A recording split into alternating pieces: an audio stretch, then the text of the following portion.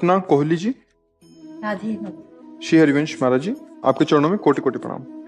महाराज जी, मैं शुरू से भगवान रामकृष्ण की भक्ति में जुड़ी हूँ।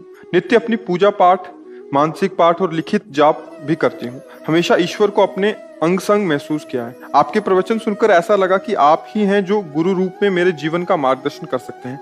मुझे लगता है कि जैसे मेरे जीवन का उद्देश्य कुछ और है।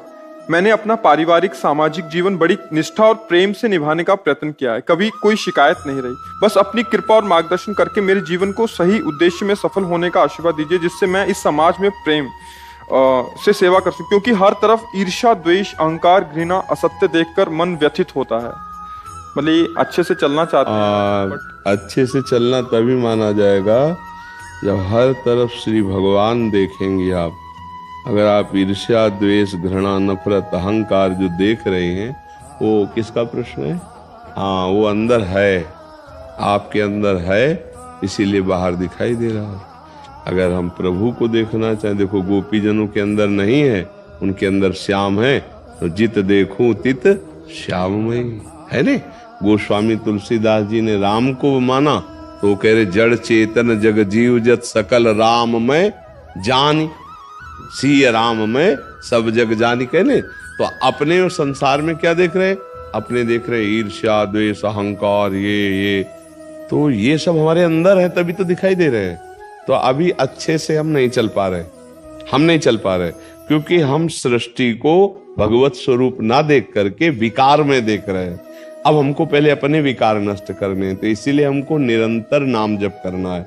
नाम जप करना है, सत्संग सुनना है, पवित्र भोजन, पवित्र चरित्र, हमारा चरित्र पवित्र हो, आहार पवित्र हो, हमारा चिंतन पवित्र हो, तो हमें पूरे संसार में एकमात्र भगवान दिखाई देंगे। न कहीं राग, न द्वेष, न कहीं पाप, न पुण्य, न अहंकार, ये सब नहीं दिखाई देगा। अच्छा, जैसा चश्मा वैसा ही दर्शन होता है। सृष्टि कैसी, जैसी हमारी दृष्टि वैसी हमारी सृष्टि। अगर हम लाल चश्मा लगावे तो लाल दिखाई देगा, हरा तो हरा दिखाई दे। तो हमने काम, क्रोध, लोभ, मोह, मद, मत्सर का चश्मा लगा रखा है, तो हमको सब कामी, क्रोधी, नीच, पापी दिखाई देंगे हमें। अगर हम राम का चश्मा लगाए तो सब राम में, श्याम का चश्मा तो श्याम में, है ने। हमारी दृष्टि जैसी वैसी से हमें लगता है अपना सुधार करना है। सत्संग अध्यात्म से अपना सुधार करना है। हम जगत को प्रीति दे पावे, पहले हमारे अंदर प्रीति आवे तब ना दे पावे। पहले तो हम छक के प्रीति का पान करें, तब हम दूसरे को प्रीति दे पावे। प्रीति वहीं आती है जहाँ निर्विकारता होती है। निर्विकारता वहीं आती है जहाँ भगवत चिंतन होता है। भगवत चिंतन अब हमको करना है। अनन्यस चिंतयन्तो माम, भगवान आदेश कर रहे हैं, रात दिन भगवत चिंतन में व्यतीत करो। फिर देखो संसार की तरफ, सब जगह मुस्कुराता हुआ अपना प्रभु नजर आएगा। जैसे मंदिर में हमें भगवान देखने को मिलते ना, ऐसे सबके हृदय रूपी मंदिर में भगवान बैठे हैं। हम उनको देख नहीं रहे, बाहरी आचरणों को देख रहे थे। इसीलिए हम कहते हैं पापी है, दुष्ट है, नीच है, पर उसके हृदय में भी भगवान चुपचाप बैठे हुए हैं। हम भक्त हैं तो हमें भगवान को देखना, पापी नहीं देखना, भगवान देखना है। अब ये बात समझ में आना बहुत कठिन बात है कि कोई हमें गाली दे, हम उसे भगवान माने, कोई हमारा बुरा सोचे, हम उसका मंगल सोचे। ये बात भक्त में होती है। तो खूब नाम जप कीजिए, सत्संग सुनिए, चरित्र पवित्र रखिए, विचार पवित्र रखिए, तो आप जगत मंगल करने वाली और अपना भी मंगल करने वाली वृत्ति को प्राप्त हो जाएंगे। अगर ऐसा नहीं तो फिर हम जैसा सोचते हैं वैसा ही हमें सामने दिखाई देने लगता है, वही हमारा स्वरूप होता है।